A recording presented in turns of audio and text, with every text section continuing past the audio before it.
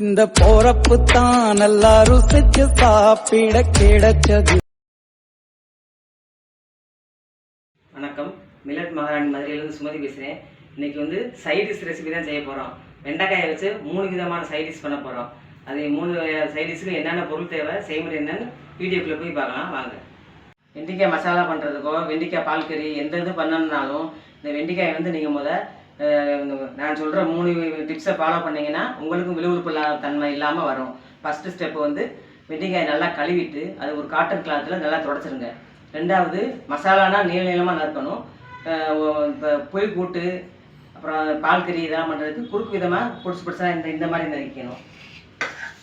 இந்த மாதிரி நறுக்கினீங்கன்னா இது வந்து பால் கூட்டு அப்புறம் புளித்தூக்கு இது பண்ணுறதுக்கு. மசாலா பண்ணுறதுக்கு நீளமாக நறுக்கணும். நறுக்கிட்டு லோ ஃப்ளேமில் இருக்கும் அடுப்பை வைக்கணும். 2 ஸ்பூன் நல்லா எண்ணெய் ஊற்றிட்டு லோ ஃப்ளேமில் வச்சு வதக்கணும். அவசரமாக வதக்குனீங்கன்னா மேலாப்பில் கறிகிறோம், உள்ள விழுவுக்கு தன்மை போகாது. அதனால் மீடியம் ஃப்ளேமில் கூட இல்லாமல் லோ ஃப்ளேம்லேயே வச்சு 20 நிமிஷம் வதக்கி எடுத்து வச்சுக்கணும்.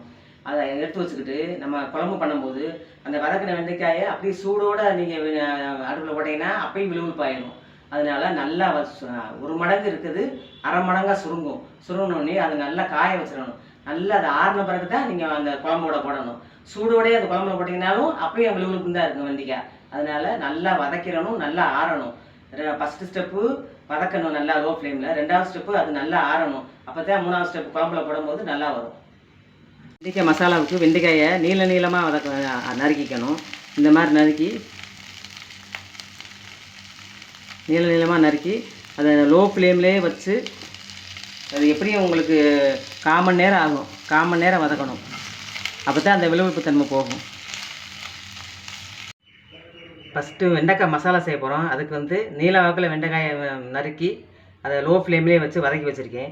அதுக்கு தேவையான பொருள் வெண்டைக்காய், அப்புறம் இஞ்சி பூண்டு 2 ஸ்பூனு, ஒரு பெரிய வெங்காயம் ஒல்லியாக நறுக்கி வச்சுருக்கேன், அப்புறம் 1.5 ஸ்பூன் காஷ்மீரி சில்லி தூள், அப்புறம் 1 ஸ்பூன் மல்லித்தூள், 1/4 ஸ்பூன் மஞ்சள் தூள் போட்டு வச்சுருக்கேன், அப்புறம் வந்து 2 தக்காளியை பொடிசாக நறுக்கி வச்சுருக்கேன்.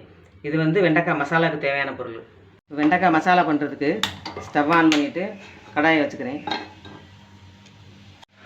இப்போ 2 ஸ்பூன் கடலை எண்ணெய் ஊற்றிக்கிறேன். எண்ணெய் காஞ்சிருச்சு. இப்போ ஒரு 1/2 ஸ்பூன் கடுகு பருப்பு போட்டுக்கிறேன். வெடிச்சதும் இந்த ஒல்லியாக நறுக்கின ஒரு வெங்காயம், பெரிய வெங்காயம், அதையும் சேர்த்துக்கிறேன். இது வந்து நல்லா ரோஸ்ட் பண்ணணும். இஞ்சி பூண்டு அரைவை சேர்த்துக்கிறேன். இஞ்சி பூண்டு வந்து வலுவலுன்னு இருக்க வேணாம், நல்லா அது கொஞ்சம் துரத்துறன்னு தான் இருக்கணும். கொஞ்சம் உப்பு சேர்த்துக்கிறேன், அப்போ தான் கொஞ்சம் வேகமாக வதங்கும். இப்போ வந்து தக்காளி ஒரு 1.5 பழம் நறுக்கி போட்டுக்கிறேன்.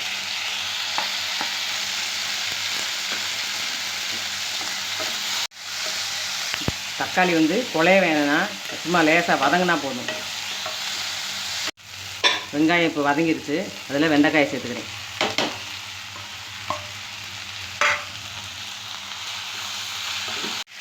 இப்போ 1/4 ஸ்பூன் மஞ்சள் தூள், 1 ஸ்பூனு மல்லித்தூள் சேர்த்துக்கிறேன்.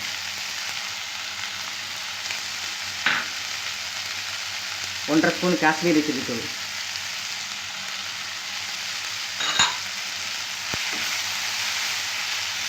இதுக்கு லேசாக தண்ணி தெளித்தா போதும். வெண்டைக்காய் வந்து ஏற்கனவே நல்லா வதக்கிட்டோம். அதனால் அப்படி லேசாக தண்ணி தெளித்து நான் வதக்கிட்டு ஒரு 1/2 நிமிஷம் மூடி வச்சா வெந்துடும். 1/2 நிமிஷம் மூடி இருக்கட்டும், மசாலா சாரணும் இதில். இப்போ வெண்டைக்காய் மசாலா ரெடி ஆயிடுச்சு.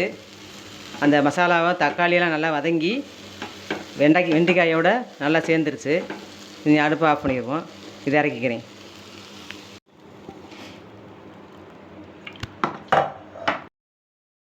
வெண்டைக்காய் புளி கூட்டு பண்ணுறதுக்கு வெண்டைக்காயை பொடிசாக நறுக்கி லோ ஃப்ளேம்லேயே வச்சு நல்லா 1/4 மணி நேரம் வதக்கி அது சுருங்குற அளவுக்கு வதக்கிக்கணும்.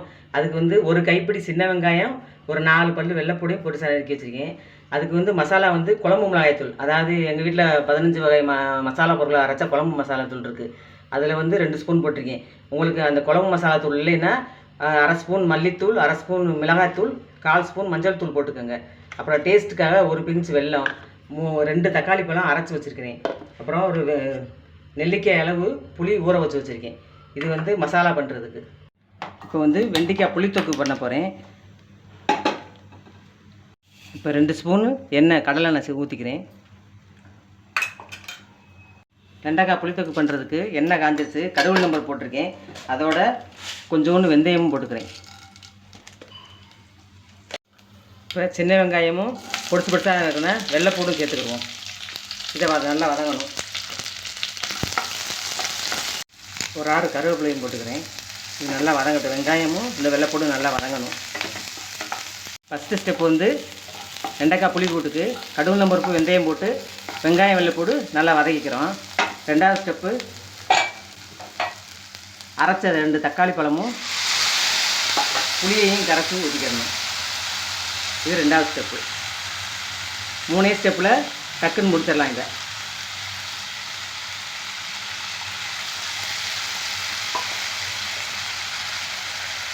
இப்போ இந்த குழம்பு மிளகாய்த்தூள் சொன்னேன்ல, அதையும் போட்டுக்கிறேன். போட்டுட்டு இந்த டிஷ்ஷுக்கு தேவையான அளவு உப்பு சேர்த்துக்கிறேன். இது நல்லா கலந்து விட்டுக்குருவோம். இந்த மசாலாலாம் கொஞ்சம் கொதித்து பச்சை வாசனை போகணும், அதுக்காக கொஞ்சம் தண்ணி ஊற்றிக்கிறேன்.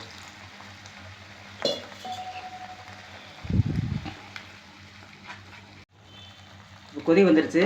இப்போ வெண்டைக்காய் சேர்க்குறேன். வெண்டைக்காய் வந்து வதக்கி வச்சு நல்லா ஆற வச்சு சேர்க்கணும். 3வது ஸ்டெப்பு இதுதான். இது நல்லா கலந்துட்டு 1 நிமிஷம் மூடி வச்சா வெண்டைக்காய் புளிக்கூட்டு ரெடி.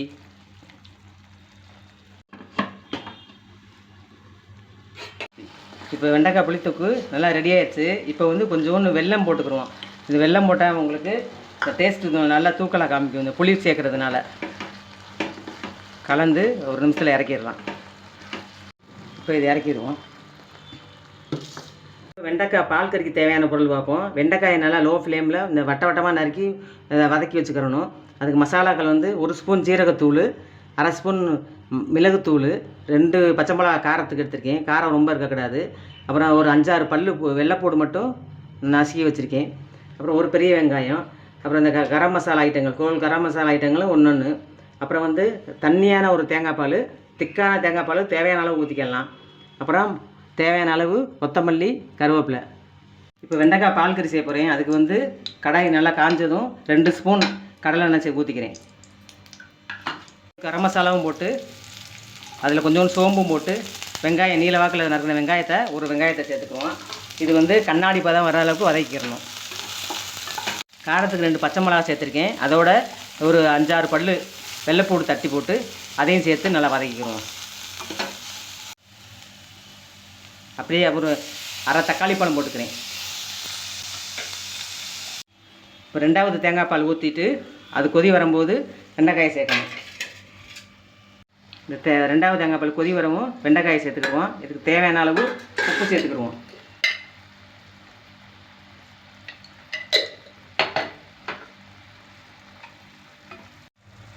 இப்போ மூடி வச்சு 1 நிமிஷம் வேக விட்டுக்குருவோம். இப்போ அது நல்லா வெந்துருச்சு. இப்போ ஃபஸ்ட்டு தேங்காய் பால் ஊற்றிக்கிடுவோம். சுவையான வெண்டைக்காய் பால் கறி ரெடி ஆயிடுச்சு. இப்போ இந்த பவுலில் மாற்றிக்கிடுவோம் வெண்டைக்காய் பால் கறியை. வெண்டைக்காய் மசாலாவை நீங்கள் சாதத்துக்கு தயிர் சாதம், சாம்பார் சாதத்து கூட சாப்பிட்றதுக்கு நல்லாயிருக்கும். இது வந்து வெண்டைக்காய் புளிக்கூட்டு. இது வந்து ரசம் சாதம், சாம்பார் சாதத்து கூட சாப்பிட நல்லாயிருக்கும். இது வந்து வெண்டைக்காய் பால் கறி. இந்த வெண்டைக்காய் பால் கறியை நீங்கள் சாதத்தோடு போட்டு சாப்பிட்றதுக்கும் நல்லாயிருக்கும். சப்பாத்தி, தோசை கூடையும் நல்லாயிருக்கும். வெண்டைக்காயை இதே மாதிரி 3 விதமான சைடிஷாக நீங்களும் செஞ்சு பாருங்கள். செஞ்சு பார்த்துட்டு எப்படி இருந்துச்சு நீங்கள் கமெண்ட் பண்ணுங்கள். இந்த வீடியோ உங்களுக்கு பிடிச்சிருந்துச்சுன்னா லைக் பண்ணுங்கள், ஷேர் பண்ணுங்கள், சப்ஸ்கிரைப் பண்ணிக்கோங்க. அடுத்து இன்னொரு ரெசிபியோட அடுத்த வீடியோவில் பார்க்குறேன். நன்றி, வணக்கம்.